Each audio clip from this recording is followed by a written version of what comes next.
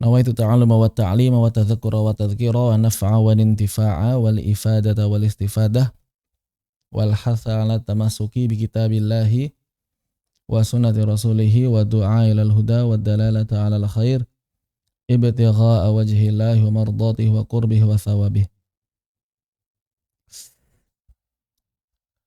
Lil Imam Ibnu Al-Jazari rahimahullah ta'ala wa lil barakatil Fatihah. A'udzu billahi minasy syaithanir rajim. Bismillahir rahmanir rahim. Alhamdulillahi rabbil alamin arrahmanir rahim maliki yaumiddin. Iyyaka na'budu wa iyyaka nasta'in ihdinas siratal mustaqim. Siratal ladzina an'amta 'alaihim ghairil maghdubi 'alaihim waladdallin. Amin. Innal hamdalillahi nahmaduhu wa nasta'inuhu wa nastaghfiruh wa na'udzu billahi min syururi anfusina wa sayyiati a'malina.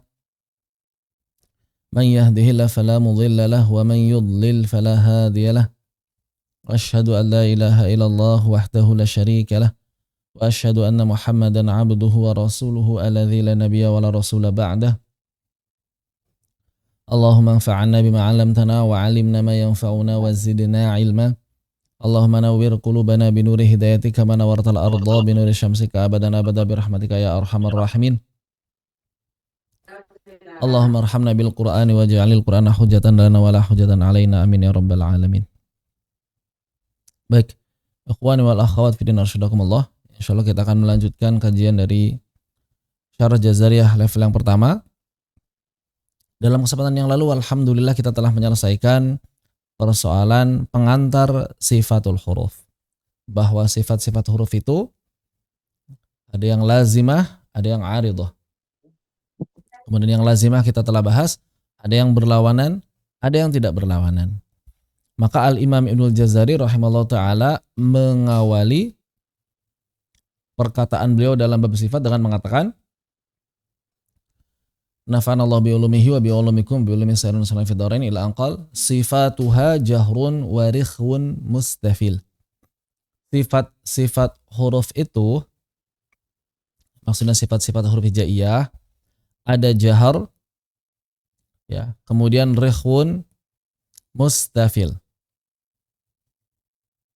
Ada jahar, ada rakhawah, ada istifal. Kemudian munfatih, kemudian ada sifat infitah, musmatah, sifat ismat, wadidda, qul. Dan ada lawan-lawannya. Berarti di sini Al-Imam Ibnul Jazari rahimahullahu ta'ala menyebutkan 5 sifat yang memiliki lawan. 5 sifat yang memiliki lawan. Yang pertama jahar, yang kedua rakhawah, yang ketiga istifal, yang keempat infitah, dan yang kelima ismat. Baru setelah itu beliau menyebutkan lawan-lawannya. Maksudnya lawan-lawannya kayak gimana? Maksudnya itu, maka kalau ada huruf yang jahar, kalau ada huruf punya sifat jahar, berarti yang tidak jahar itu pasti memiliki sifat yang menjadi lawannya jahar. Apa lawannya jahar? Maka Al-Imam Ibnul Jazari mengatakan di bait berikutnya, mahmusuha fahassahu syakhsun sakat. Maka itulah lawan dari jahar. Apa itu? Hams. Kemudian yang kedua, rakhawah. Maka kalau ada sifat, kalau ada huruf yang tidak punya sifat rakhawah, maka berarti dia pasti punya sifat yang menjadi lawan dari rakhawah. Apa lawannya rakhawah? Al-Imam Jazari melanjutkan di baitnya, syadiduha lafdhu ajid qatin bakat. Maka berarti lawannya rakhawah syiddah. Jadi jahar lawannya hams, rakhawah lawannya syiddah. Jahar lawannya hams, rakhawah lawannya syiddah. Kemudian mustafil. Maka huruf yang tidak mustafil, huruf yang tidak istifal, maka pasti dia lawan dari istifal. Apa itu? Al-Imam Ibnul Jazari mengatakan, wa sab'u ulwin khussa dhaghtin qidh. Wa sab'u ulwin khussa dhaghtin qidh. Jadi lawan istifal apa? Lawan istifal adalah isti'la. Lawan istifal adalah isti'la. Berarti huruf itu kalau enggak jahar ya hams. Kalau enggak rakhawah ya syiddah. Kalau enggak istifal ya isti'la. Tidak ada yang lain, walaupun nanti ada yang pertengahan ya di syiddah rakhawah. Kita bahas juga insyaallah. Kemudian munfatih atau sifat infitah. Maka huruf-huruf hijaiyah yang tidak punya sifat infitah, yang enggak punya sifat infitah, pasti punya sifat yang jadi lawannya infitah. Apa itu? Wasadu dadu, wasadu dadun, ta'u dha'un mutabaqah. Berarti lawannya infitah apa? Itbaq. Berarti huruf hijaiyah cuma kebagi dua. Kalau enggak infitah, itbaq. Kalau enggak itbaq, infitah. Jahar hams, syiddah rakhawah, istifal isti'la, infitah itbaq. Dan yang kelima musmatah, ismat. Berarti huruf hijaiyah yang enggak ismat pasti idlaq. Begitu. Wa farra min lubbil huruful mudhlaqah. Wa farra min lubbin huruful mudhlaqah. Dan kemudian kalau ada huruf yang tidak ismat dia pasti idlaq. Berarti kalau ada huruf yang tidak idlaq pasti ismat. Berarti huruf hijaiyah kebagi dua. Kalau enggak jahar hams. Ya, kalau enggak jahar hams. Nanti ada lagi dilihat dari sisi yang lain, kalau enggak syiddah rakhawah. Dilihat dari sudut pandang yang lain, kalau enggak isti'la, istifal. Dilihat dari sudut pandang yang lain, kalau enggak infitah, itbaq. Dilihat dari sudut pandang yang lain, kalau enggak ismat, idlaq. Begitu. Selalu terbagi menjadi dua. Kenapa? Karena memang sifat ini adalah dua sifat yang berlawanan. Kalau enggak baik pasti jahat. Kalau enggak cowok pasti cewek. Kalau enggak tinggi pasti rendah. Kalau enggak keriting pasti lurus. Kalau enggak hitam pasti putih. Begitu kurang lebih. Ya, kurang lebih seperti itu. Maka sifat pertama atau pasangan sifat pertama yang dibahas oleh Al-Imam Ibnu Jazari adalah jahar dan hams. Maka kita bahas sifat ini. Beliau Al-Imam Jazari mengatakan mahmusuha fahassahu syakhsun sakat. Mahmusuha, maka huruf-huruf yang punya sifat hams itu huruf-huruf hamsnya, nyahnya kemana? Ke huruf hijaiyah. Mahmusuha, huruf-huruf hijaiyah yang punya sifat hams, fahathahu syakhsun sakat. Terkumpul pada lafal fahathahu syakhsun sakat. Terkumpul pada lafal fahathahu syakhsun sakat. Fa, ha, ta, ha, shin, kho, sod, sin, kaf, dan ta. Nah ini penting cara menyebut nama huruf hijaiyah yang benar ya. Saya ulangi. Fa, nama hurufnya fa, ha, ta, ha, shin, kho, sod, sin, kaf, ta. Itu nama-nama huruf. Bedakan nama huruf dengan suara huruf. Suara huruf itu begini. Misalnya huruf ta punya suara ta, ti, tu, bat. Itu suara huruf ta. Namanya huruf ta. Suara huruf kaf. Ka, ki, ku, bak. Namanya huruf kaf. Suara huruf sod. Suaranya so, si, su, bas. Nama hurufnya sod. Bedakan nama huruf dengan suara huruf. Baik. Setelah pada bait sebelumnya An-Nazim maksudnya adalah Al-Imam Ibnul Jazari rahimahullah ta'ala menyebutkan 5 sifat huruf yang memiliki lawan. Jahar, rakhawah, istifal, infitah, dan ismat. Agak kurang enak berarti kalau pakai tik.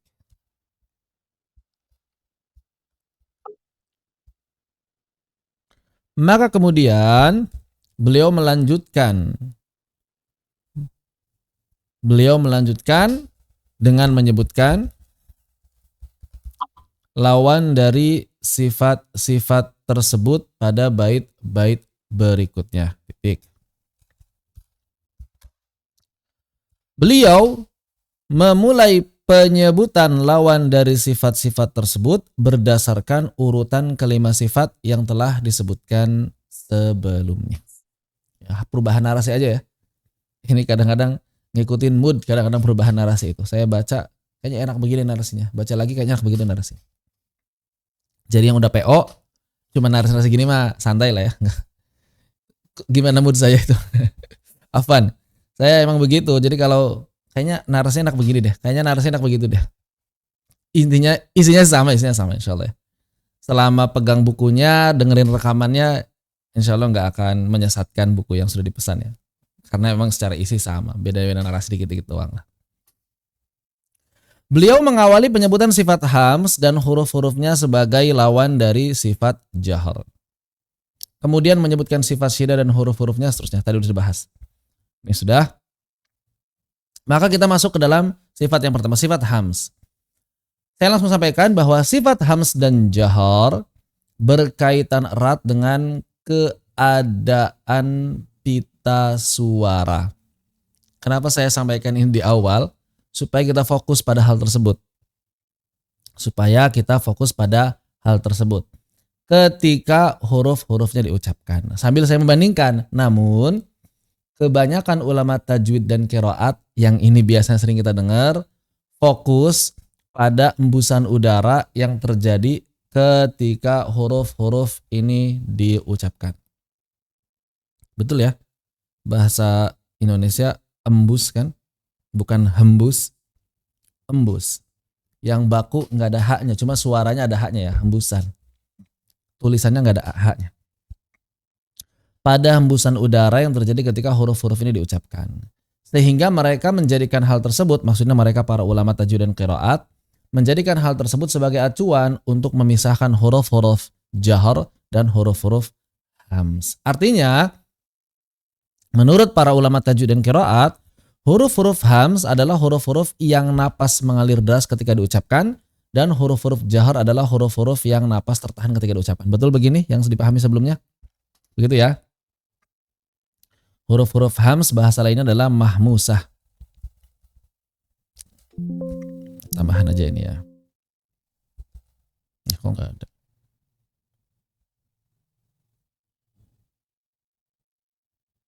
Bentar.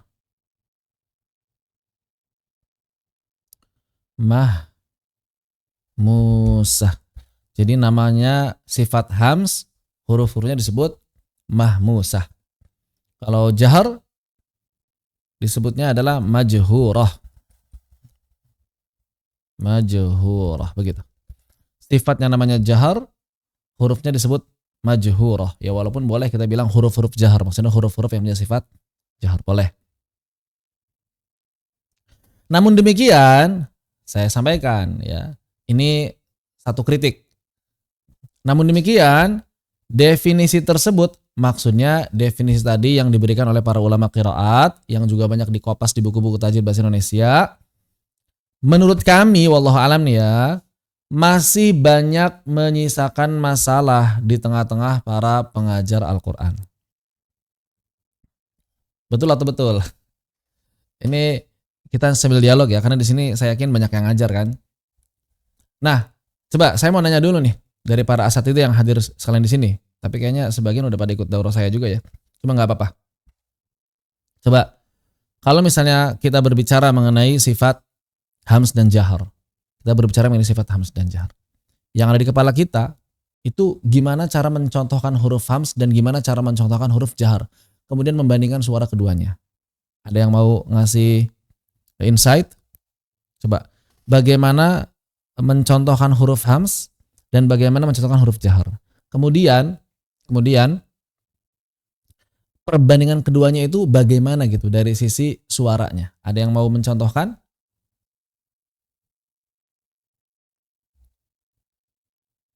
Suara saya bersih nggak? Kayak ada suara kresek-kresek ya?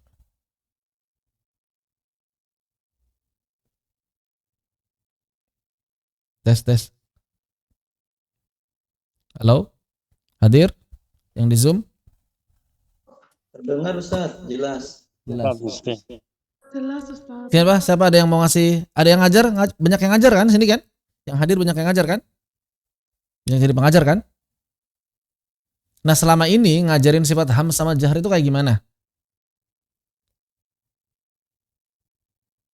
Enggak ada yang ngajar? Boleh silahkan, kayak gimana?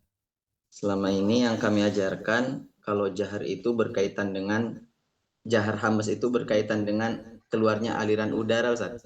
Kayak gimana coba? Bandingkan. Ketika misalnya kita kasih contoh, nih huruf hams itu begini, huruf jahar itu begini, beda kan? Kayak gimana coba? Contohin. Misalkan seperti huruf sa dan za, huruf sa dan zal. Oke, terus?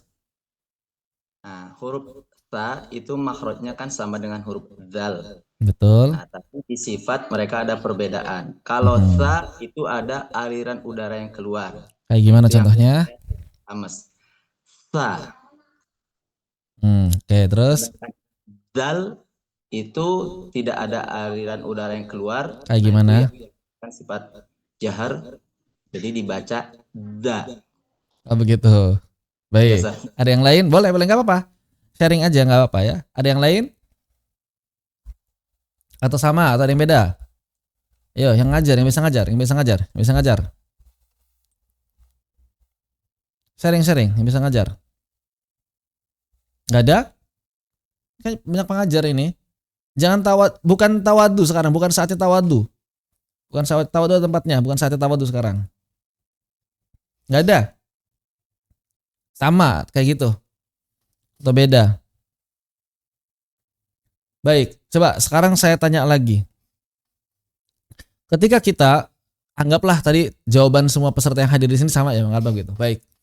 Ketika kemudian kita membandingkan hams jahar yang tadi dipahami demikian, kemudian kita masuk ke sifat berikutnya, syiddah rakhawah. Kadang-kadang banyak pengajar juga yang bingung membedakan atau membandingkan kejelasan definisi antara syiddah rakhawah dengan hams jahar. Kenapa? Karena kalimat di buku-buku biasanya mirip. Hams adalah mengalirnya napas, gitu ya. Jahar adalah tertahannya udara atau napas. Kemudian masuk di syiddah rakhawah, syiddah adalah tertahannya suara. Rakhawah adalah mengalirnya suara. Dulu saya ketika ngajar sering sekali banyak yang bertanya, Ustadz, kan jahar itu suaranya ngalir, betul. Tapi jahar itu kan napasnya tertahan, betul kata saya. Tapi kenapa ada huruf jahar yang rakhawah? Emang kenapa? Kan rakhawah suaranya ngalir. Terus kata saya, kenapa emangnya? Nah ternyata banyak yang bingung. Banyak yang bingung untuk mengomparasikan atau menggabungkan pemahaman tersebut. Di satu sisi katanya napasnya tertahan atau udaranya tertahan. Di sisi yang lain suaranya mengalir. Kayak gimana sih maksudnya? Ada yang mau ngasih penjelasan yang dipahami saat ini? Silakan.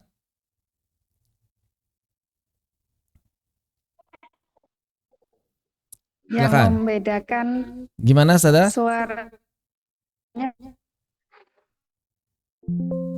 yang membedakan kita suaranya bergetar Ustaz.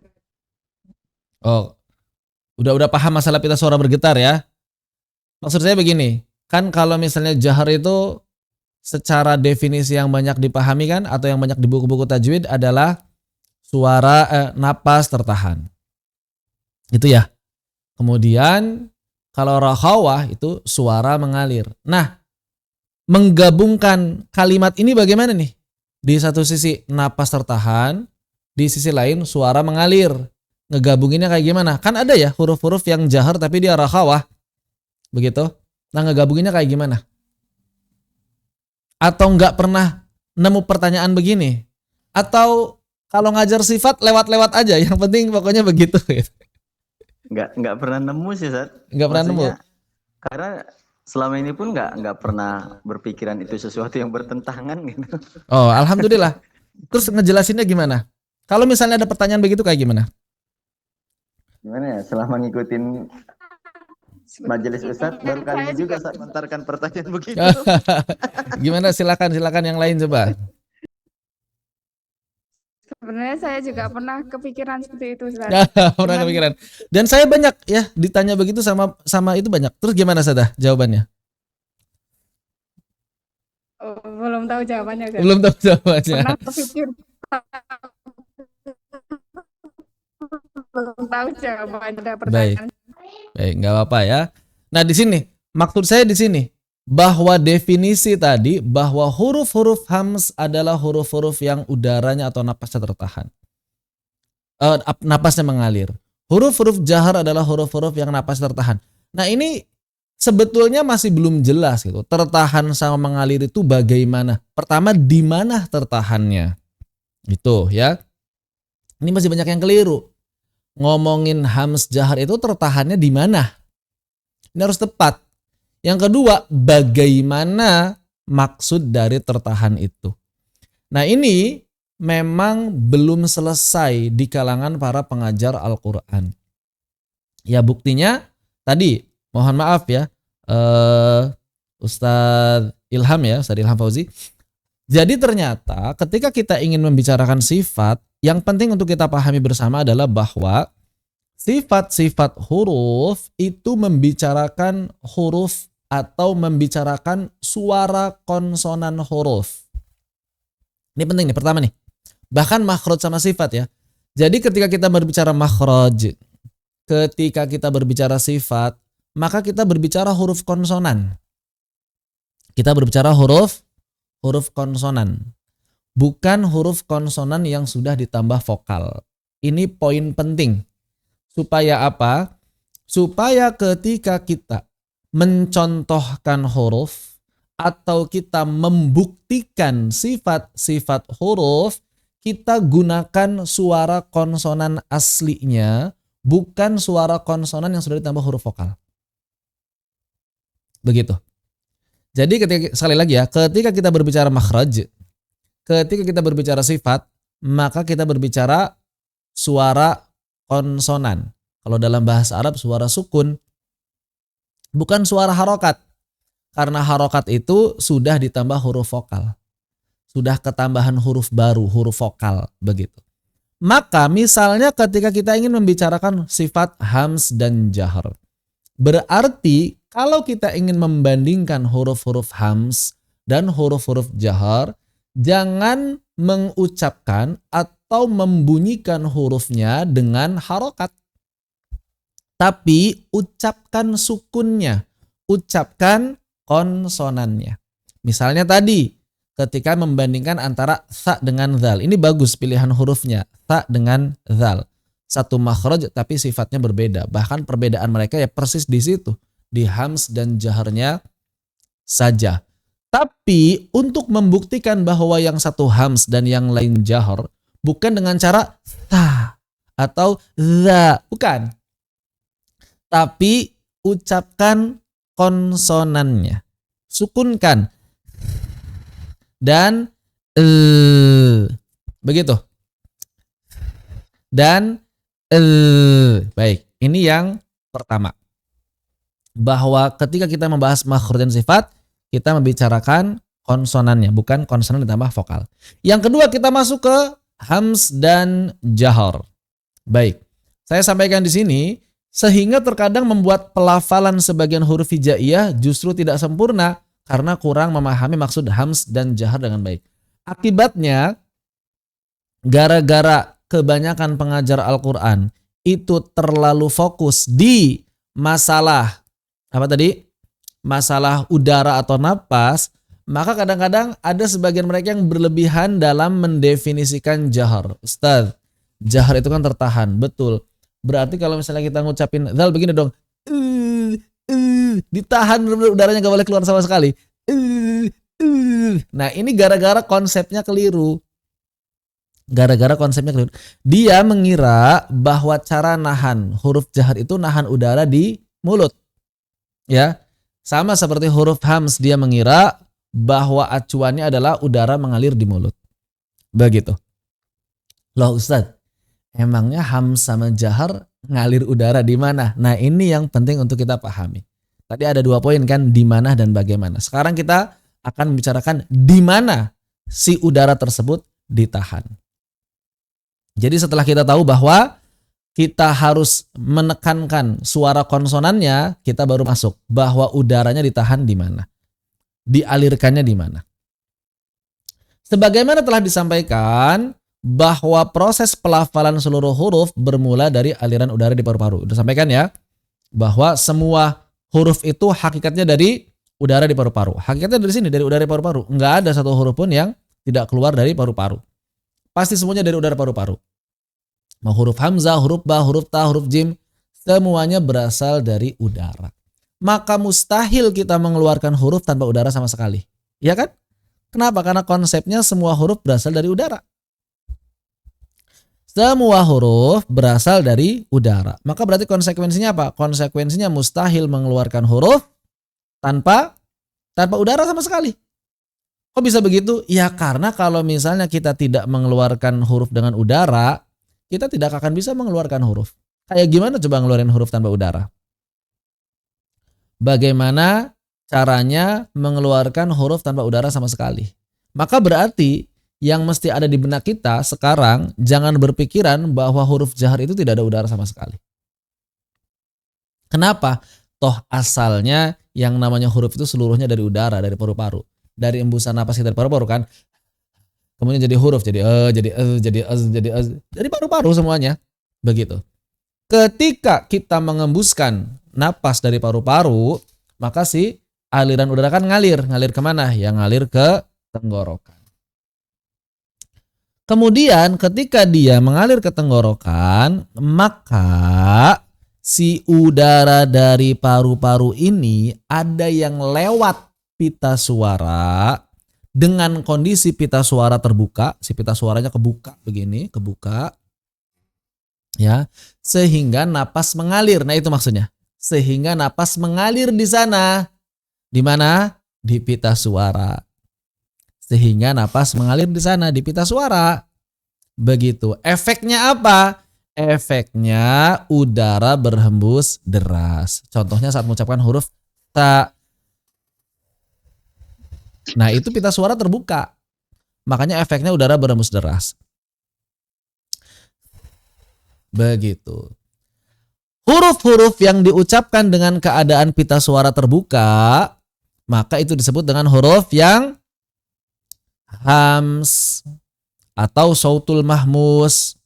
Hurufnya mahmusah, pita suara tidak bergetar, disebut hams. Bahasa Indonesianya nirsuara. Bahasa Indonesianya nirsuara. Apa nirsuara? Tidak bersuara. Jadi huruf hams itu huruf yang gak punya suara dalam pandangan bahasa Indonesia. Tapi dalam pandangan bahasa Arab disebutnya sautul mahmus, suara hams. Agak kurang cocok ya disebut suara hams, karena dalam bahasa Indonesia nggak disebut suara, disebutnya nirsuara. Begitu. Tapi kadang ketika laju udara dari paru-paru ini mengalir ke tenggorokan, maka ternyata ada yang diucapkan sambil pita suaranya itu bergetar. Bergetar itu kayak gimana sih Ustadz?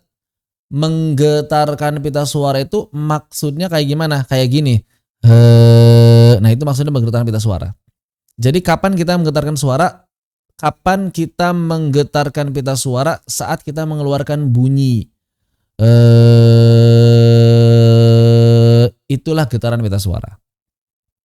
Memangnya kalau huruf-huruf hijaiyah diucapkan begitu? Iya. Huruf-huruf yang tidak hams berarti huruf apa? Huruf jahar adalah huruf yang ketika si laju udara lewat pita suara itu ditahan di pita suara. Berarti ditahan di mana? Di pita suara. Akibatnya apa? Akibatnya pita suara bergetar. Karena laju udara ditahan di pita suara, maka pita suara bergetar. Ketika pita suara bergetar, maka mengeluarkan bunyi yang disebut suara kalau dalam bahasa Indonesia. Makanya huruf-huruf jahar, huruf-huruf yang punya sifat jahar disebut huruf konsonan bersuara. Huruf-huruf hams disebut huruf konsonan tidak bersuara. Begitu. Dalam bahasa Arab, huruf-huruf jahar disebut sautul majhur atau huruful majhurah. Maka berarti kalau kita ingin membedakan antara huruf tha dengan huruf dzal, yang pertama kali mesti dicek adalah di pita suaranya. Di mana pita suara? Sekitar jakun kalau laki-laki ya, sekitar sini. Berarti saat kita mengucapkan huruf tha, biarkan pita suara terbuka. Begitu, nggak ada getaran di sini. Karena pita suara terbuka, napas mengalir, udara mengalir di pita suara. Sehingga napas berembus deras. Begitu. Adapun saat mengucapkan huruf jahar, yang satu makhraj dengan tha adalah misalnya dzal, maka suaranya mesti nyaring. Gimana caranya? Getarkan pita suara, tahan udara di sana sehingga tidak ada napas yang berembus deras. Bukan tidak ada napas sama sekali, tapi tidak ada napas yang berembus deras. Jadi enggak deras, bukan enggak ada napas sama sekali ya. Jadi gimana cara mengucapkan dzalnya? Maka sama, sentuhkan ujung lidah ke ujung gigi seri atas, lalu getarkan pita suara. Getarkan pita suara kayak gimana caranya? Kayak ngomong begitu. Ngomong sambil ujung lidahnya tempelin di ujung gigi seri atas. Begitu. Itu bedanya hams sama jahar. Seperti itu. Jadi kalau tha, kalau dzal, seperti itu.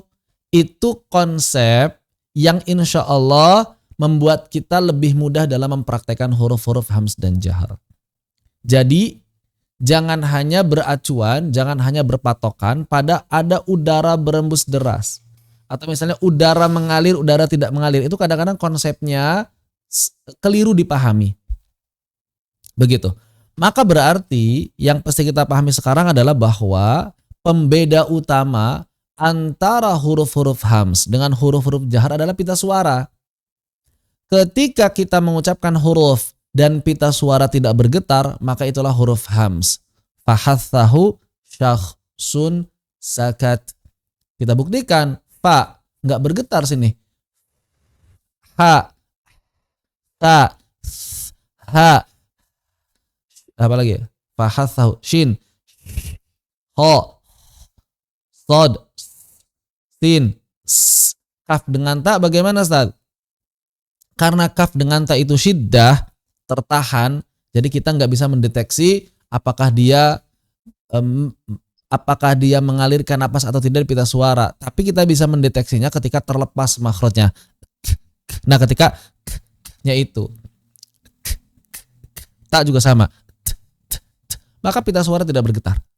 Pita suara tidak bergetar. Terbukti semua huruf-huruf itu adalah huruf-huruf hams. Maka huruf-huruf yang tidak disebut dalam fahathahu syakhsun sakat pasti jahar. Contohnya dzal tadi sudah dicontohkan. Begitu. Terlepas di tangan itu masih Ustaz, kayaknya masih ada udara di tangan. Ya nggak apa-apa. Orang semua huruf asalnya dari udara, masa nggak boleh ada udara yang ngalir sama sekali?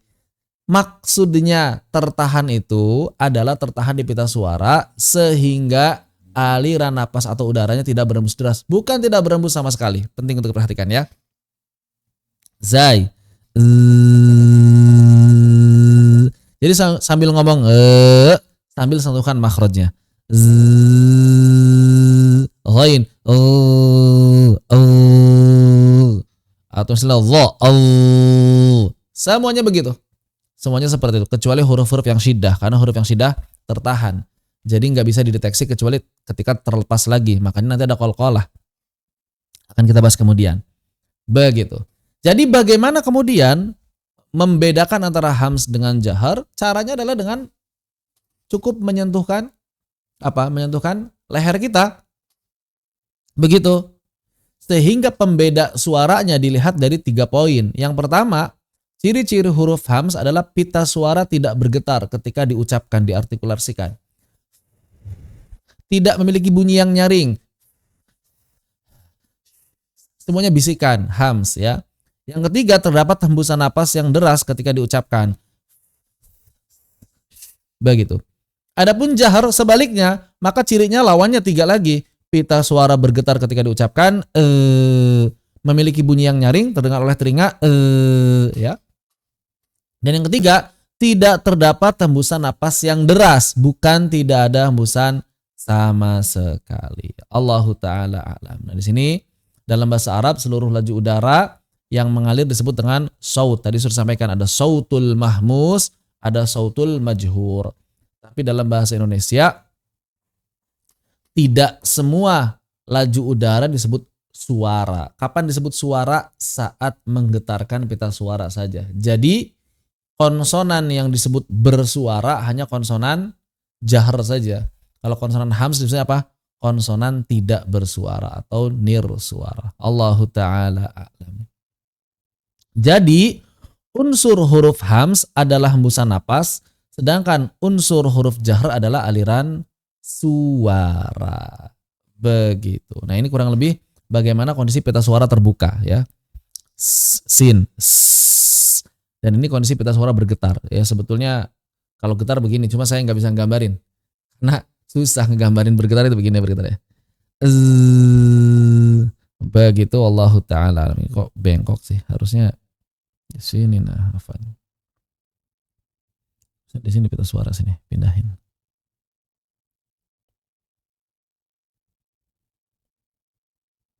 Baik, seperti itu. Sampai di sini apa ada tanyakan? Dipersilakan.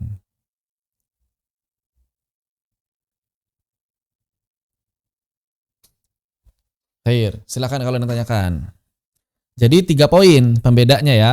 Yang pertama adalah di pita suara. Yang kedua adalah di terdengarnya itu nggak nyaring kalau huruf-huruf hams, kalau huruf jahar nyaring. Kemudian yang ketiga adalah dari sisi hembusan napas. Huruf-huruf hams itu napasnya mengalir deras, huruf-huruf jahar napasnya tidak mengalir deras. Begitu wallahu taala alam. Baik, ada yang tanyakan sampai di sini? Kira-kira nih dengan penjelasan seperti ini lebih mudah tidak menjelaskan kembali dan kemudian mengamalkan huruf-hurufnya? Atau malah lebih ribet, lebih bingung, tambah bingung. Kalau tambah bingung, lebih ribet, sampaikan. Begitu. Lebih mudah dan lebih jelas. Baik, ya lebih mudah. Alhamdulillahirabbil alamin. Tapi nggak terpaksa ngomong begitu ya. Lagi daurah di sini. Enggak usah, jujur. Iya, khawatirnya terpaksa. Saya kan lagi daurah di sini, jadi bilangnya mudah. Baik, ya alhamdulillah. Sebelum lanjut ke syidah sama rakhwah nih, ada yang mau tanyakan nggak? Ada yang diskusikan nggak? Silakan.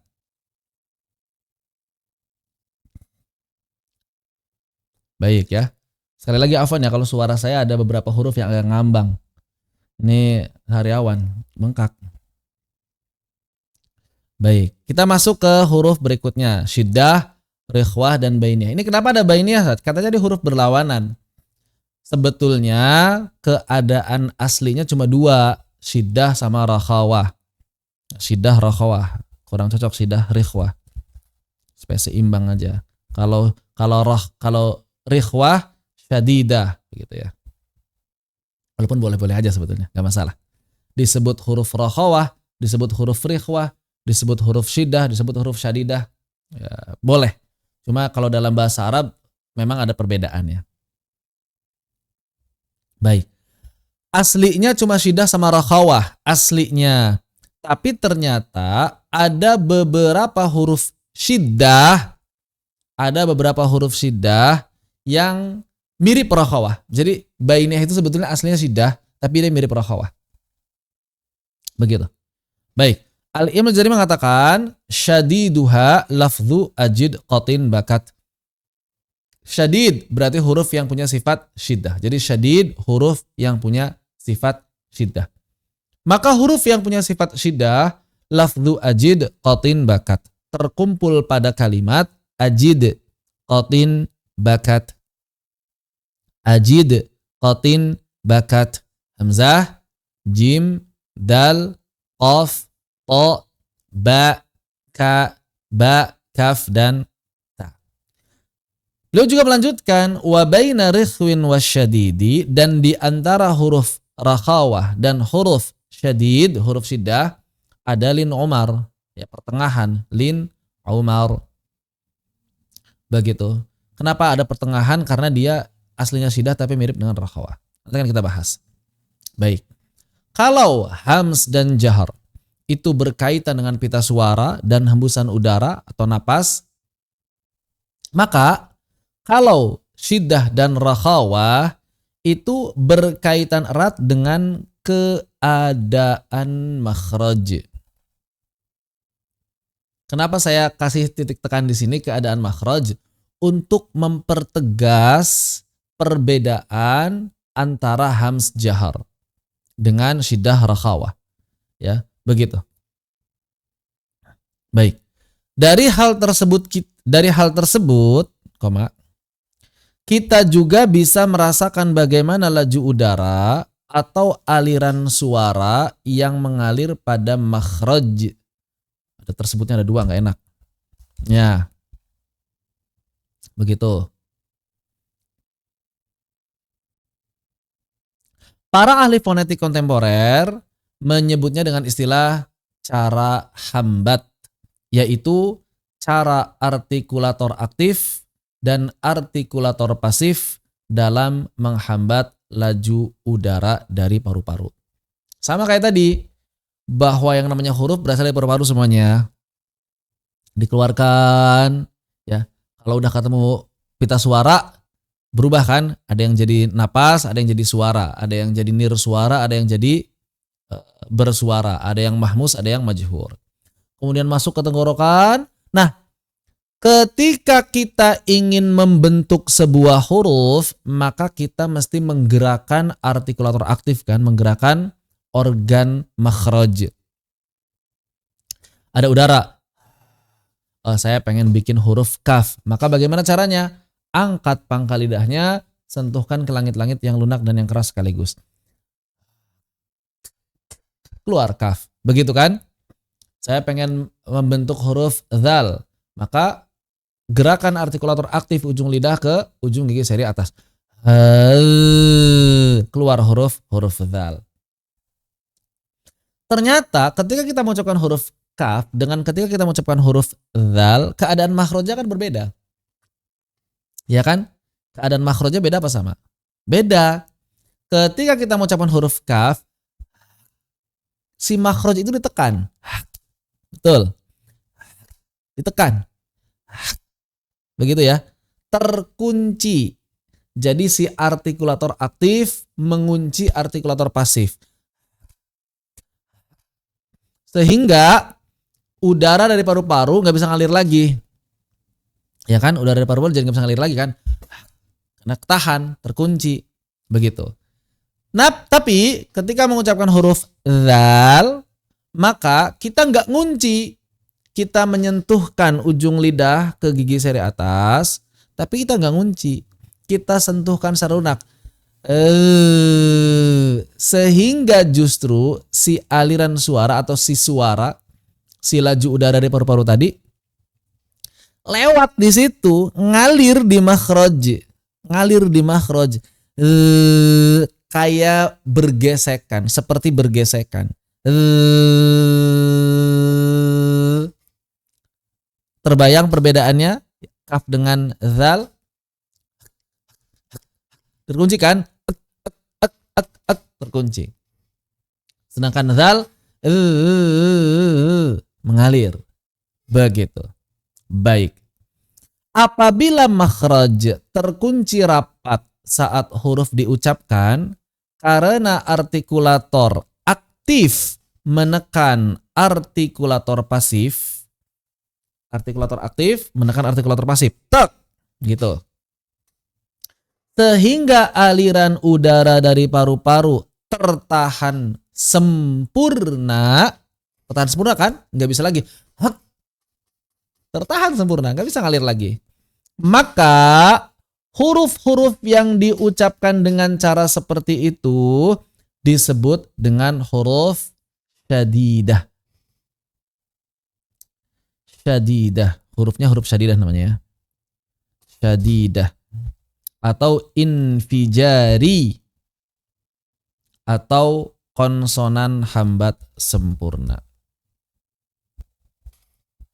Konsonan hambat sempurna atau konsonan letupan.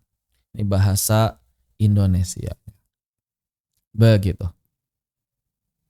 Inilah makna dari sifat syiddah.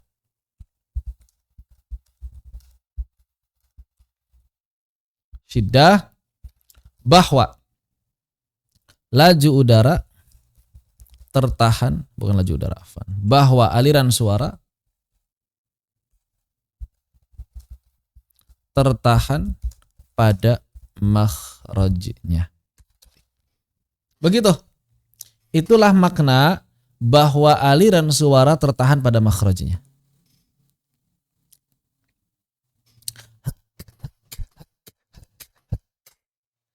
Begitu. Huruf-huruf syadidah terkumpul pada lafaz ajid, qatin, bakat.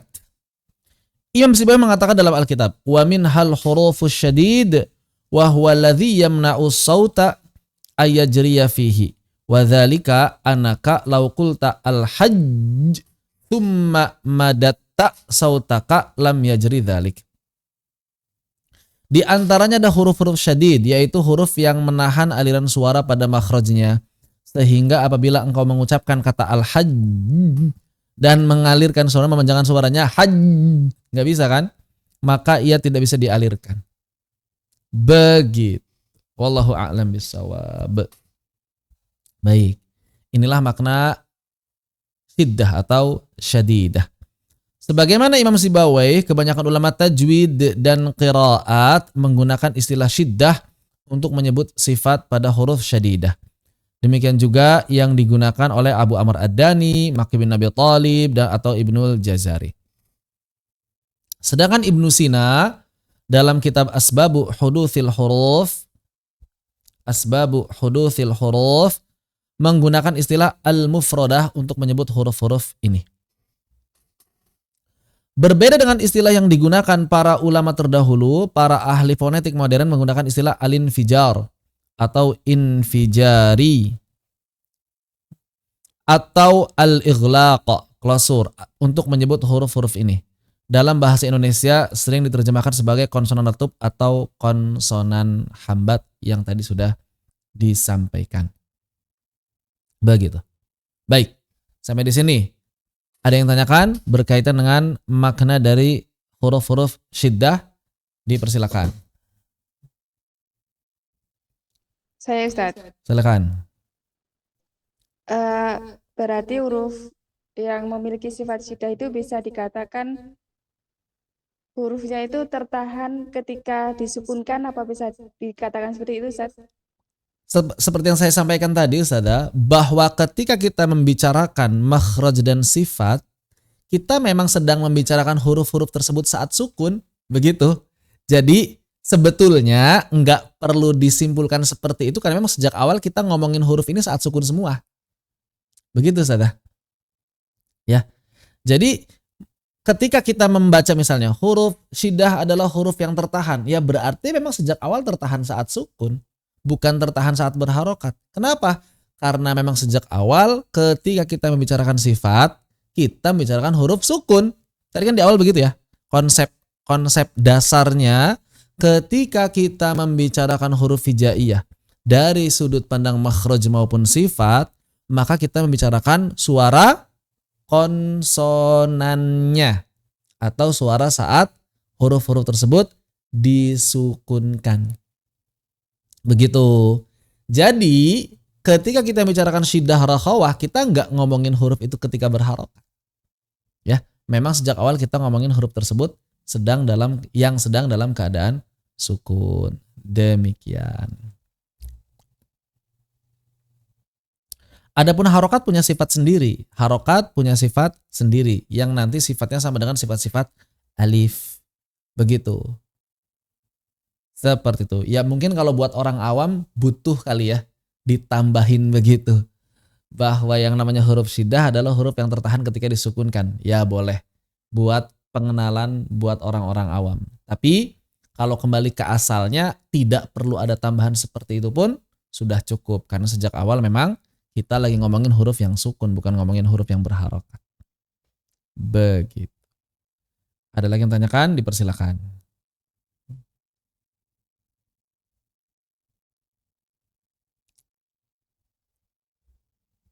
Baik, kita lanjutkan.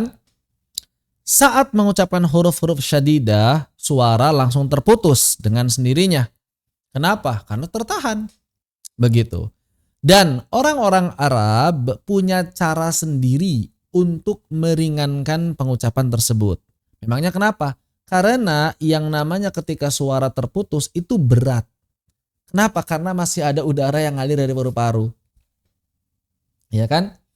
At, ad, aj, ab. Berat. Semuanya berat. Maka orang-orang Arab, bahkan dalam bahasa Indonesia pun sama. Orang Indonesia pun kadang merasa berat. Makanya orang-orang Indonesia juga punya cara sendiri untuk meringankan pengucapan. Ya, caranya beda ya orang Arab dengan orang Indonesia. Kalau orang Indonesia biasanya mengubah suara huruf. Misalnya masjid jadi masjid, begitu ya. Kenapa kadang orang Indonesia mengubah masjid yang asalnya dal atau d menjadi t? Itu meringankan pengucapan. Kenapa? Karena kalau kita masih pakai d, masjid berat. Pita suara harus terus bergetar, tapi aliran suara ketahan di mulut. Masjid berat. Maka yang mudah adalah pita suaranya aja yang dibuka. Jadi nggak digetarkan lagi begitu. Sehingga suaranya berubah jadi t, masjid. Nah begitu. Itu salah satu cara untuk meringankan pelafalan sebetulnya. Ya. Adapun dalam bahasa Arab tidak menggunakan hal seperti itu dalam kasus ini. Lalu bagaimana caranya orang-orang Arab meringankan pengucapan huruf-huruf yang sudah tertahan tadi? Caranya adalah dengan langsung melepaskannya. Jadi bagi orang-orang Arab dengan langsung melepaskannya itu terasa lebih ringan dan lebih mudah.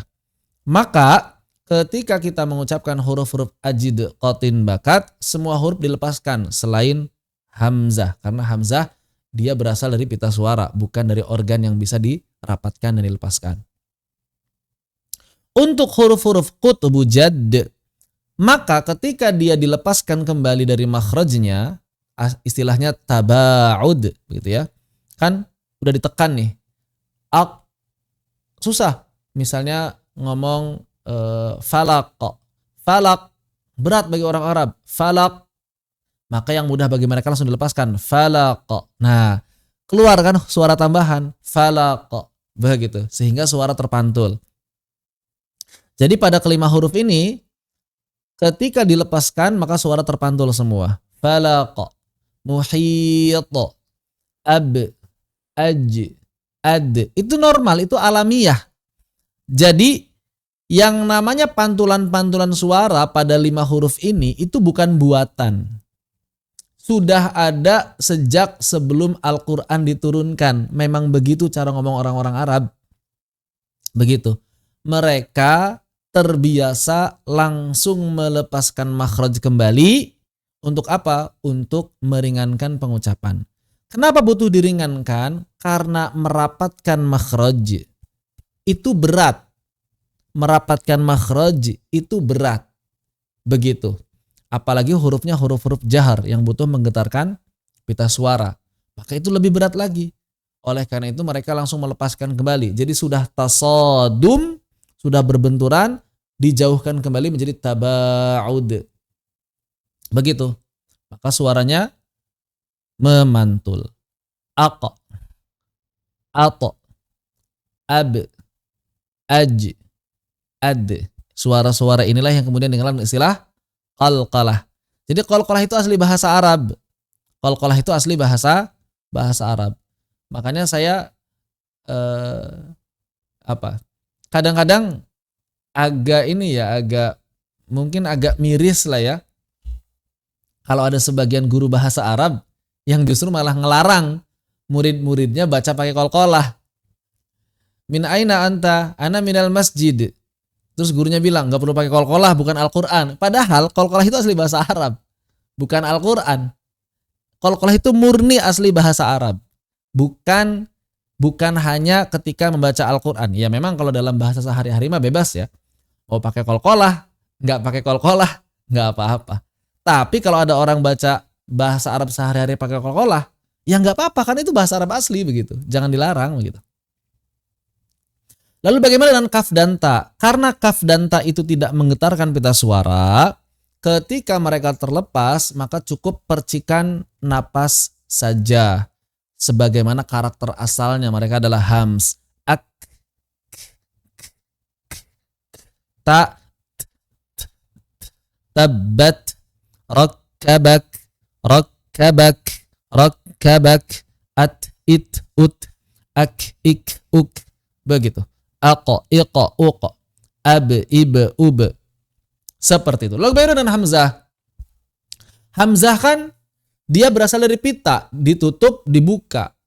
Maka khusus untuk hamzah, ketika pita suaranya rapat, mudah-mudahan masih ingat di bab makhraj bahwa makhrajnya hamzah itu adalah merapatkan pita suara, menutup pita suara. Maka ketika pita suara ini tertutup, justru berat kalau harus dibuka kembali. Misalnya saat kita baca mu'minun, berat.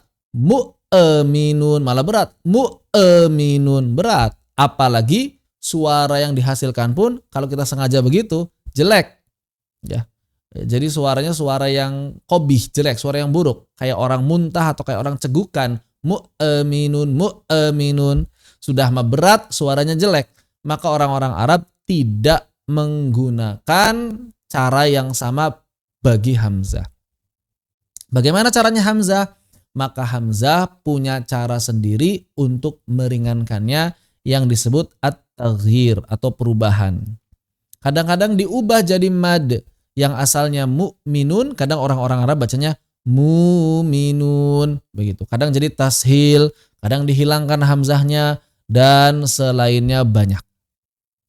Seperti itu. Kenapa? Karena hamzah tidak mungkin diperlakukan seperti qutbu jad.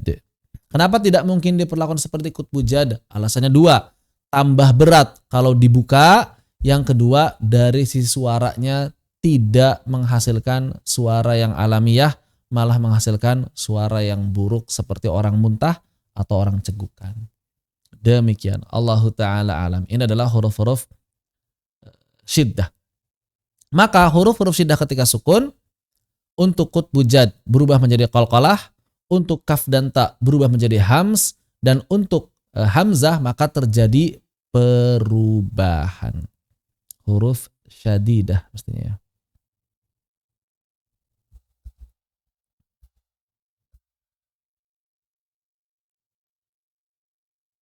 Demikian. Wallahu ta'ala a'lam. Baik.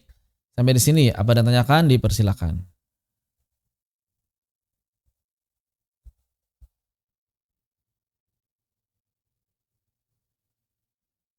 Ustaz, Boleh, untuk silakan. yang hamzah terjadi perubahan, maksudnya gimana, Ustaz? Diubah suaranya. Misalnya diubah jadi mad. Seperti yang tadi saya contohkan. Yang diibdal. Minun. Misalnya jadi muminun, berarti dia diibdal. Nah, ini perubahannya contohnya nih ya. Pertama ibdal, atau kadang diubah jadi tashil. A jadi a misalnya. Atau misalnya dihadzab itu dihilangkan. Ja'a ajaluha. Hamzahnya ada dua. Ja'a ajaluha. Maka hamzahnya dihilangkan jadi ja ajaluha. Kadang begitu. Demikian. Allahu a'lam bissawab. Atau misalnya kalau lagi waqaf, amis sama, maka sebagian orang Arab kadang nggak baca hamzah, amis sama, untuk meringankan. Begitu. Wallahu a'lam bissawab. Cuma kalau Al-Quran kembali ke riwayat masing-masing ya nggak bisa sembarangan. Begitu. Huruf syiddah kalau berharokat, syiddahnya masih kuat enggak? Maksudnya syiddahnya masih kuat itu apanya? Coba saya mau nanya. Syiddahnya masih kuat atau enggak? Apanya syiddahnya itu?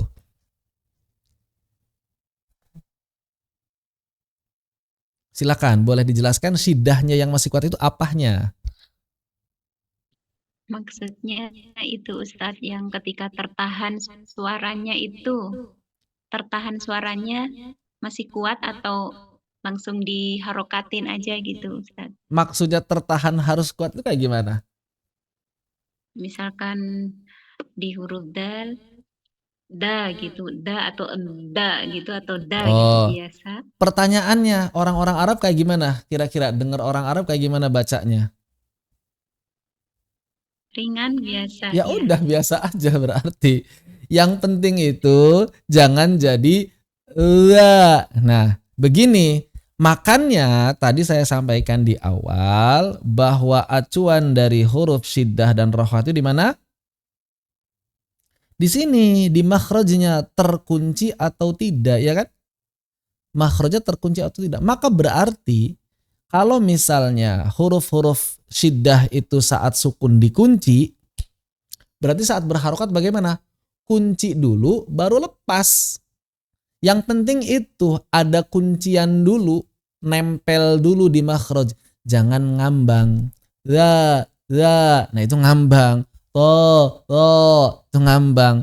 Berarti bagaimana? Nempel dulu di makhraj baru ucapkan harokat. Misalnya to. Bukan to.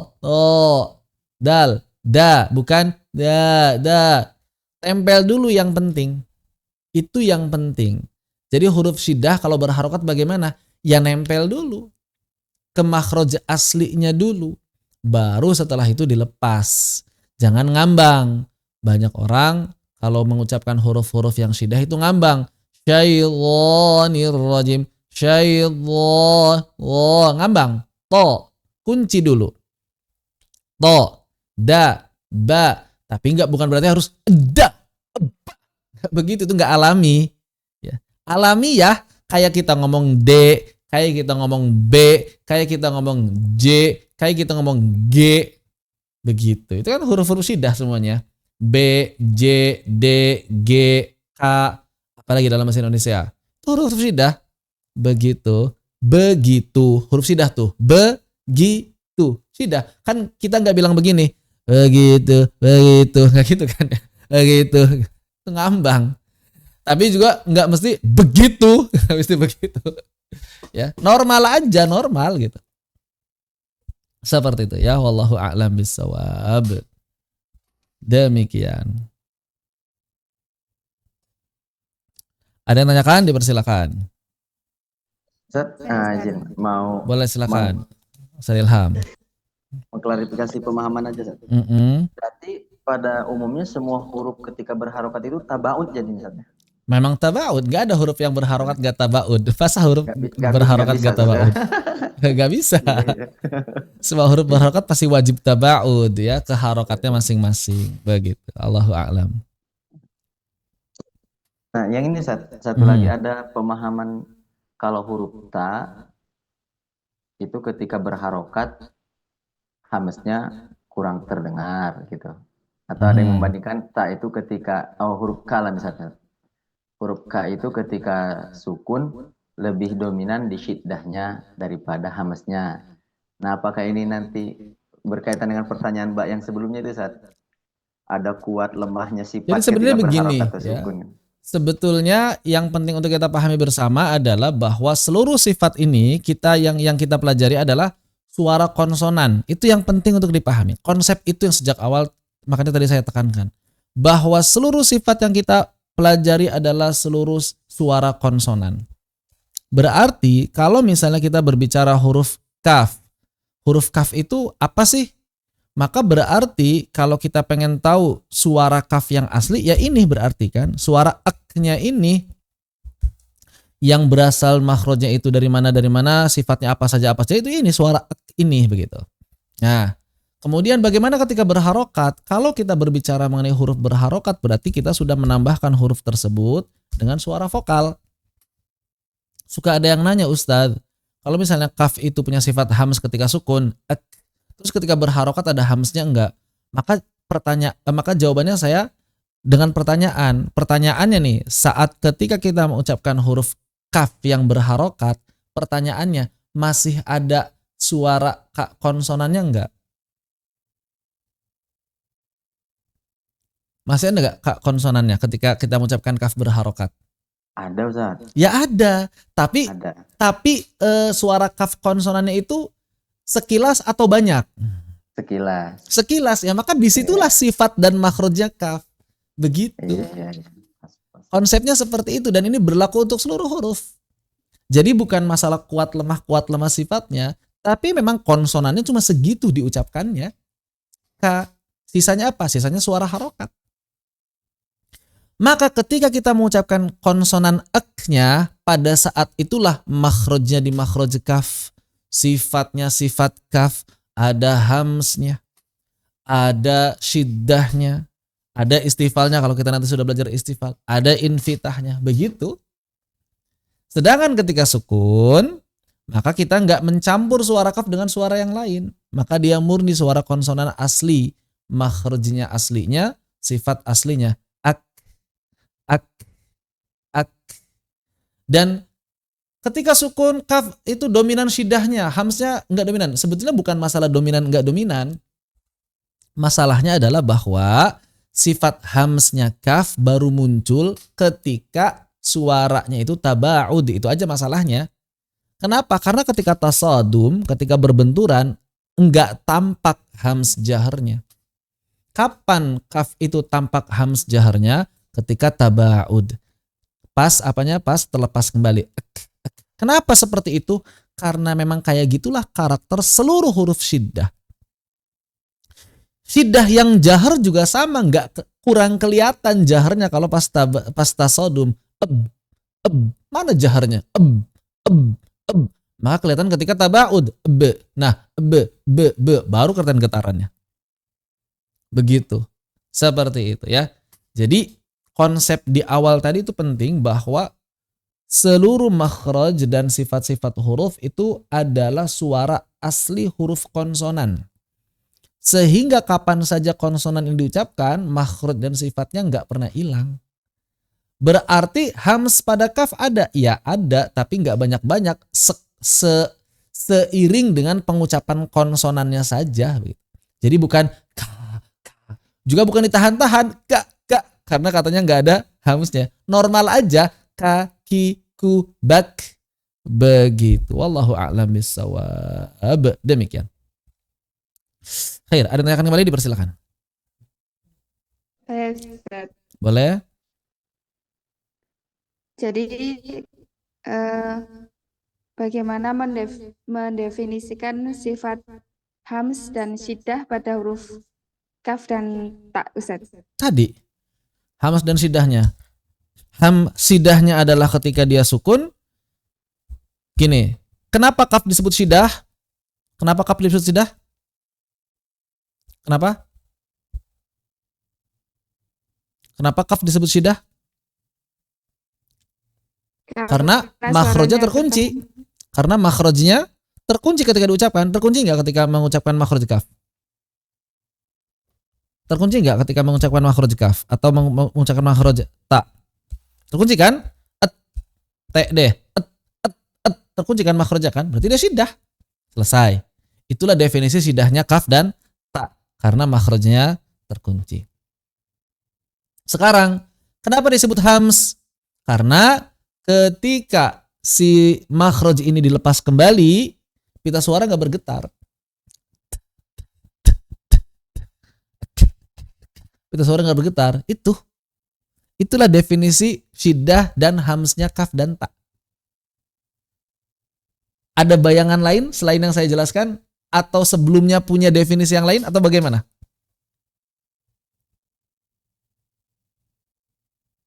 Enggak Ustaz, jelas Ustaz. Ya sederhana sebetulnya. Pemahamannya sederhana sekali begitu. Begitu. Maka dari itu ketika misalnya kita mengucapkan huruf dal, berarti konsonannya konsonan D kan? Ed. Walaupun beda suara dengan bahasa Indonesia ya dikit ya. Ed lah. Kenapa dia disebut syiddah? Ya karena tertahan, makhrajnya terkunci. Terkunci kan? Nempel kan, rapat. Terkunci dia. Begitu. Oke, terkunci. Terus kenapa dia disebut jahar? Karena ketika terlepas menggetarkan pita suara. Kayak gitu.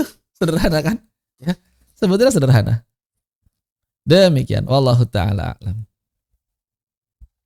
Makanya tadi disebutkan untuk qutbu jad keluar qalqalah. Untuk kaf dan ta keluarnya hams.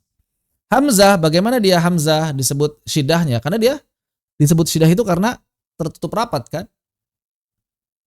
Makhrajnya terkunci.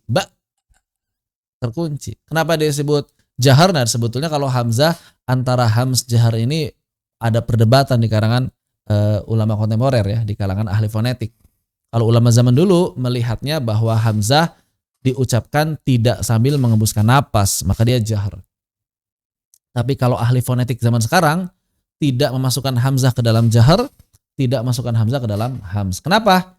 Karena di satu sisi hamzah diucapkan rapat, bukan membuka pita suara, bukan dengan menggetarkan pita suara. Begitu. Itu kebanyakan ahli fonetik, ahli bahasa Arab zaman sekarang tidak memasukkan hamzah ke dalam hams maupun jahar. Tapi kalau ahli qiraat tetap masukinnya ke jahar. Sederhana alasannya karena tidak termasuk dalam huruf-huruf hams, begitu. Baik. Ini penting juga nih, istilah ya tadi bahwa sebagian ulama menyebut huruf-huruf syiddah itu dengan alinfijar atau infijari. Kenapa ini penting untuk dimention? Karena ada sebagian orang yang nggak paham makna infijar dan atau infijari sesuai hakikatnya. Allahu a'lam ya dari mana dapat istilah-istilah ini tapi tidak dipahami dengan semestinya. Sehingga saya pernah mendengar bahwa huruf jim itu punya sifat alinfijar. Jawabannya betul atau tidak? Betul, karena jim itu adalah syiddah. Cuma orang yang menjelaskan ini mengatakan karena jim punya sifat infijar, maka jim diucapkan dengan jua, pecah, jua. Nah, wallahualam, dari mana asal usul bahwa jim infijar itu diucapkan dengan pecah? Mungkin karena bahasa Inggrisnya plosive ya, hancur, jua itu. Itu keliru. Jadi infijar atau infijari atau alinfijar itu adalah nama lain dari syiddah. Udah gitu aja. Kalau ada yang mendefinisikan, menambahkan sesuatu yang lain itu ijtihad. Dipastikan itu ijtihad. Bukan riwayat, juga bukan didapatkan dari pemahaman para ulama lughah ataupun ulama qiraat. Begitu. Ini sedikit mention masalah infijar atau infijari. Baik. Lawannya syadidah adalah rikhwah. Apabila makhraj tidak terkunci saat diucapkan sehingga kita bisa mengalirkannya sepanjang yang kita inginkan, makhrajnya nggak terkunci kan, maka disebut dengan huruf-huruf rikhwah yang oleh para ahli fonetik modern disebut sebagai huruf al-ihtikak atau ihtikaki, atau bahasa Inggrisnya fricatives yang sering diterjemahkan sebagai konsonan geseran. Huruf-huruf rikhwah disebut dengan nama ini karena diucapkan dengan cara mengalirkan suara pada makhrajnya, sehingga apabila kita menahan suara pada makhraj huruf tersebut, kita akan mengalirkannya sepanjang aliran napas kita. Imam Sibawayh mengatakan, wadzalika idza qulta tas wanqad wa ashbahu dzalik. Ini dodnya Imam Sibawayh itu seakan-akan harus sama dengan sin ya alirannya. Dan sepertinya sudah punah, dodnya Imam Sibawayh ini sudah punah, udah nggak diamalin. Sudah kita bahas juga. Bahwa dod itu aslinya rikhwah. Akan tetapi rikhwah kita zaman sekarang itu beda dengan rikhwah yang dipahami oleh Imam Sibawayh. Karena di sini Imam Sibawayh mengatakan bahwa dod itu harus mengalir sempurna ketika ditasdidkan di akhir. Mungkin gambarannya seperti ini, kemungkinan, dugaan. Mungkin gambarannya seperti ini.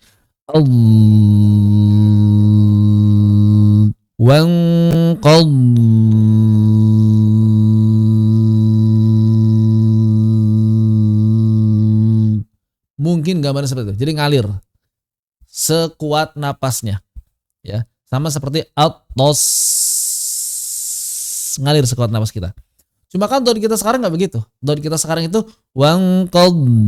paling baru sebentar udah berhenti, ya, udah menyerupai syiddah. Nanti akan ada pembahasannya juga.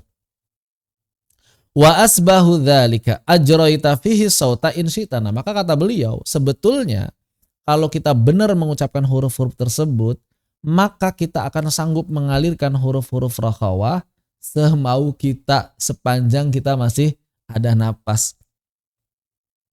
Begitu kata siapa? Kata Imam Sibawayh. Huruf-hurufnya adalah selain huruf-huruf syadidah dan bainiyah. Yang para ulama mengatakan intasha al-fadharikhwin la takun fil hifdhilahi ramzuhu khudh ghitha hadzin faddo syausin zayyasahi. Itu rumusnya itu ya. Khudh ghitha hadzin faddo syausin zayyasahi. Maka ini semuanya huruf rikhwah. Khudh, kha. Kita buktikan bahwa seluruh huruf rikhwah makhrajnya tidak boleh terkunci. Suaranya tidak boleh tertahan. Maksudnya apa? Harus bisa dialirkan. Kha. Jangan ucapkan suara huruf berharokat. Maka buktikannya apa? Sukunkan. Zal, ghain, ta, ha, dha, atau di sini ha ya, ha kecil dulu. Ha, dha, fa. Nah, dhad ini pengecualian karena dhad zaman sekarang udah nggak sempurna rakhawah. Sin, waw, sad, zai, ya, sin, alif, mad, harokat. Semua harokat itu ngalir. Rakhawah, ba, ta, ja. Semua rakhawah, semua harokat itu rakhawah. Dan ha, begitu. Maka dapat kita bandingkan perbedaan antara makhraj rakhawah dengan makhraj syiddah. Ketika kita mengucapkan huruf syiddah misalnya jim, maka makhraj terkunci, nempel. Aj. Maka dari itu butuh di taba'ud. Aj. Untuk apa? Untuk mempermudah. Sedangkan ketika mengucapkan huruf ya, enggak butuh di taba'ud lagi karena enggak nempel. Ai. Begitu. Allahu ta'ala a'lam. Ya. Demikian. Ini adalah huruf-huruf rakhawah. Baik, sampai di sini. Apa yang tanyakan? Dipersilakan. Itulah perbedaan antara rakhawah dengan syiddah. Silakan Sada. Ya. Silakan Sada. Masih sama Ustaz. Bagaimana mendefinisikan sifat jahar dan rakhawah pada huruf zal dan zaid? Zal. Katakanlah konsonannya seperti ini. Zal. Baik. Kenapa zal disebut rakhawah? Karena makhrajnya enggak terkunci kan? Makhrajnya terkunci enggak? Enggak terkunci, ya. Kenapa disebut jahar? Karena pita suara bergetar. Udah begitu. Maka kita ucapkan makhraj tidak terkunci, pita suara bergetar. Jahar rakhawah. Zai sama. Makhraj tidak terkunci. Kan zai makhraj tidak terkunci. Udah kita bahas masalah makhraj safir ya. Pita suara bergetar.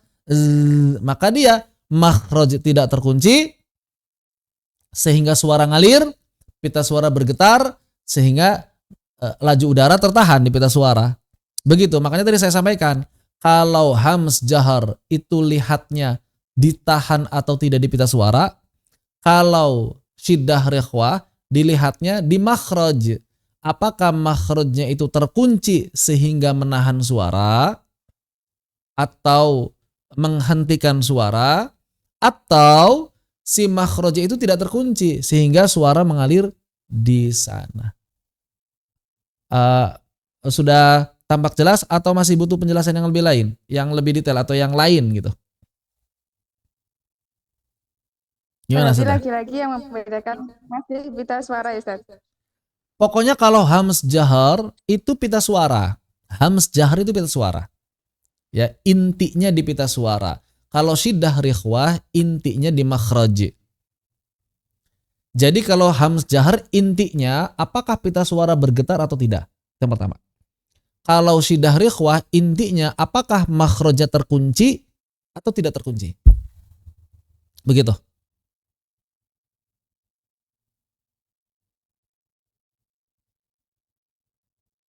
Masih belum jelas atau masih ada yang butuh lebih dijelaskan sedikit bagian mananya, silakan.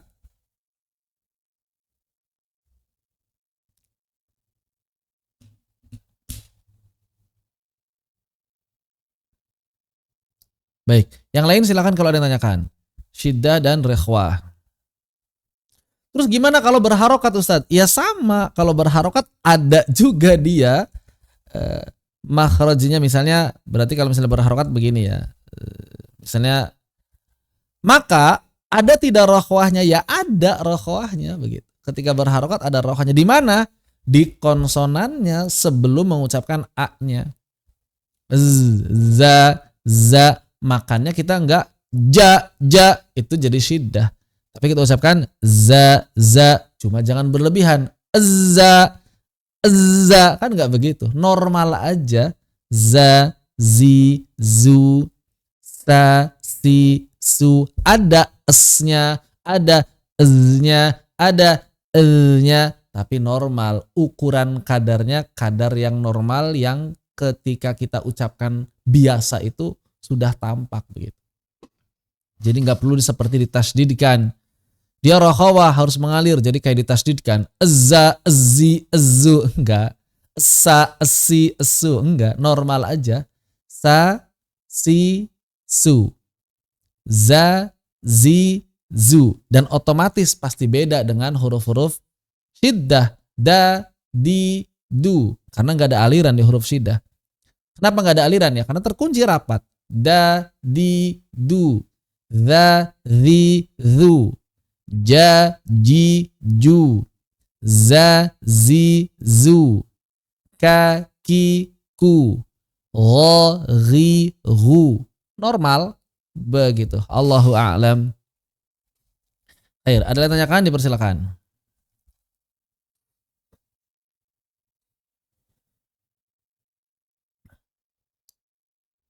Cukup. Alhamdulillah. Ini sudah 9.38 ya. Untuk bainiyah kita tunda ya. Pembahasan insyaallah dalam pertemuan berikutnya. Sudah cukup malam. Tapi kalau ada yang mau bertanya boleh. Kalau ada yang mau diskusikan satu orang lagi dipersilakan. Tapi kalau tidak ada berarti kita cukupkan sampai di sini untuk pertemuan malam ini. Silakan. Tidak ada? Tidak ada tanyaan lagi? Syiddah rikhwah. Berarti kita sudah dapat konsep mengenai syiddah rikhwah, hams jahar. Saya ulangi konsep-konsep penting yang mesti kita pahami, untuk kita pegang. Yang pertama bahwa ketika kita mempelajari makhraj maupun sifat, maka kita sedang membicarakan huruf konsonan. Ya, otomatis berarti ketika sukun. Begitu. Kemudian ketika kita membicarakan hams jahar, maka acuan utamanya adalah pada pita suara. Hams jahar, acuan utamanya ada pada pita suara. Sedangkan ketika kita berbicara mengenai syiddah atau rikhwah, acuannya ada pada makhraj, apakah dia terkunci atau tidak. Begitu. Allahu ta'ala a'lam. Demikian yang bisa kami sampaikan dalam kesempatan kali ini. Mudah-mudahan bermanfaat. Apabila masih ada yang tanyakan, boleh ditanyakan di Telegram. Barakallahu fikum. Fanaktafi bihadza. Subhanakallahumma bihamdika asyhadu an la ilaha illa anta astaghfiruka wa atubu ilaik. Bismillahirrahmanirrahim. Wal 'asr innal insana lafi khusr illa alladzina amanu wa 'amilus solihati wa tawassaw bil haqqi wa tawassaw bis sabr. Wassalamualaikum warahmatullahi wabarakatuh. Waalaikumsalam Assalamualaikum warahmatullahi wabarakatuh.